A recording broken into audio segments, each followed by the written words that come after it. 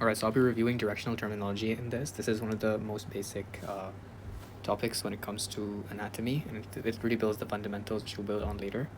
Um, so when it comes to this, there are a few words which we need to know, and I think these three pictures actually help explain these much better. I'll just write down what those words are over here, and I'll write their opposite as well. So firstly, we have ventral or anterior. They both mean the same thing, versus dorsal or posterior. So ventral and dorsal are synonyms, opposites, and anterior and posterior are opposites. So what this means is basically when you see an anatomical model and they're up front like this with their arms out and standing in this position where you can see them from the front, you call this the anterior position. And when you see the backside, then that's the posterior position.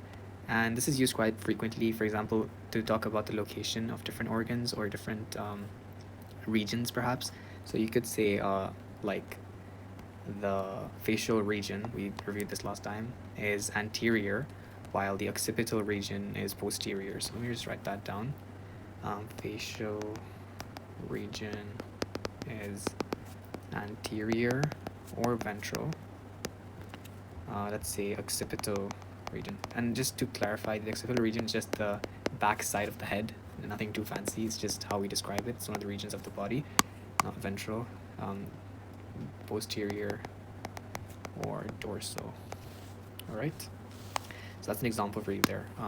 Let's move on now to the next one. The next term that we use is superior versus inferior.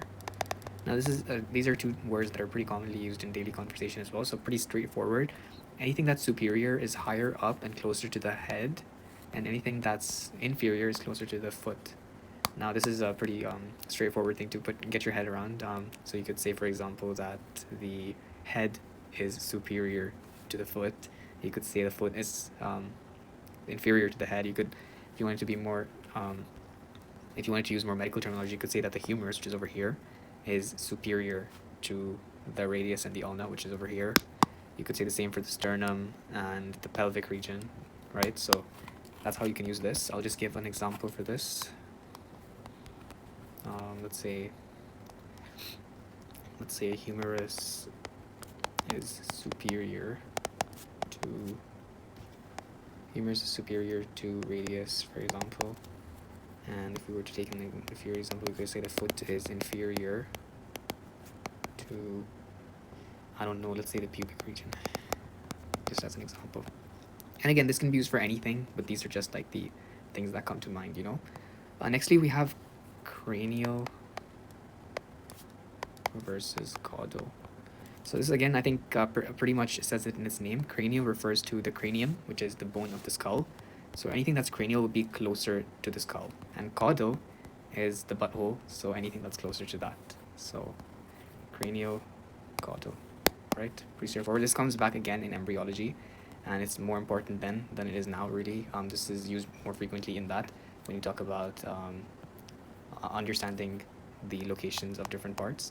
Next, we have superficial versus deep. Again, this is also terms that we use in pretty common conversation. So something that's superficial is something that's on the surface. You can see it more easily, right? You use this for like in many cases in real life, but that's what it pretty much means. So for example, you could say that the rib, let's say the rib cage, which is over here, is superficial compared to the heart, right? Because it's in front of the heart and it's closer to the surface. And similarly, you could say that the heart is deep compared to the rib cage, right? So ribs are superficial compared to the heart. And this is always usually a comparative thing, like you compare two things and see which one is superficial, which one is deep.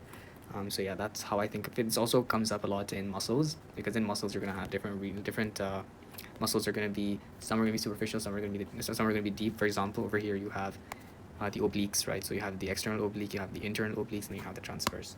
So they are also based on superficiality or how deep they are. Next we have medial versus lateral. Okay, so this for this, if you were to imagine, they already have drawn as a line here.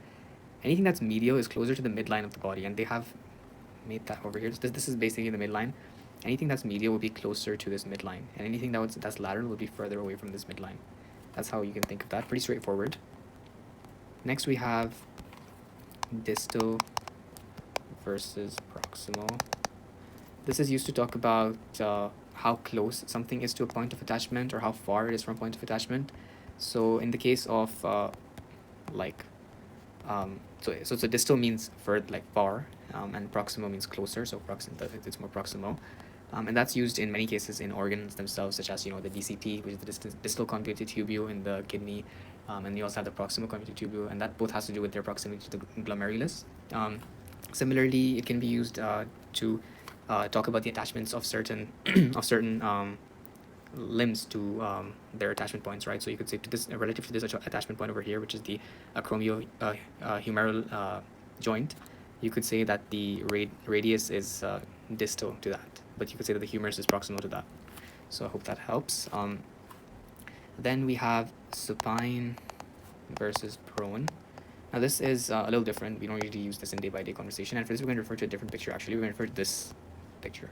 So in this case, you can see in one image the man is lying down like this, and in another one he's lying down with his belly on the ground. So he's lying on his belly basically, right? And on this he's lying on his back. So this position is called supine, and this is called prone. All right. This is also applicable with your hands. Like look at his hands here. He's holding it up like that, right? And in this case, it's the other way. So that's the supine position of the hand, and that's the prone position of the hand. Same with the foot. Notice that as well. More frequently, really, it's asked about with regards to the hands and the feet. And then finally, the last one is plantar versus dorsum. Now this refers to this picture right here. The way I think of it is plantar means the foot is going to plant itself, right? So this is a plantar view. So because the foot is going to plant itself, and the dorsum view is this, the top basically. So yeah, and in this case as well, this would be the dorsum, and again this would be the plantar. This would be plantar, dorsum. So I hope that helps. I hope you found that video on directional terminology helpful. It's my way of reviewing the content in preparation for next year. But yeah, thank you so much.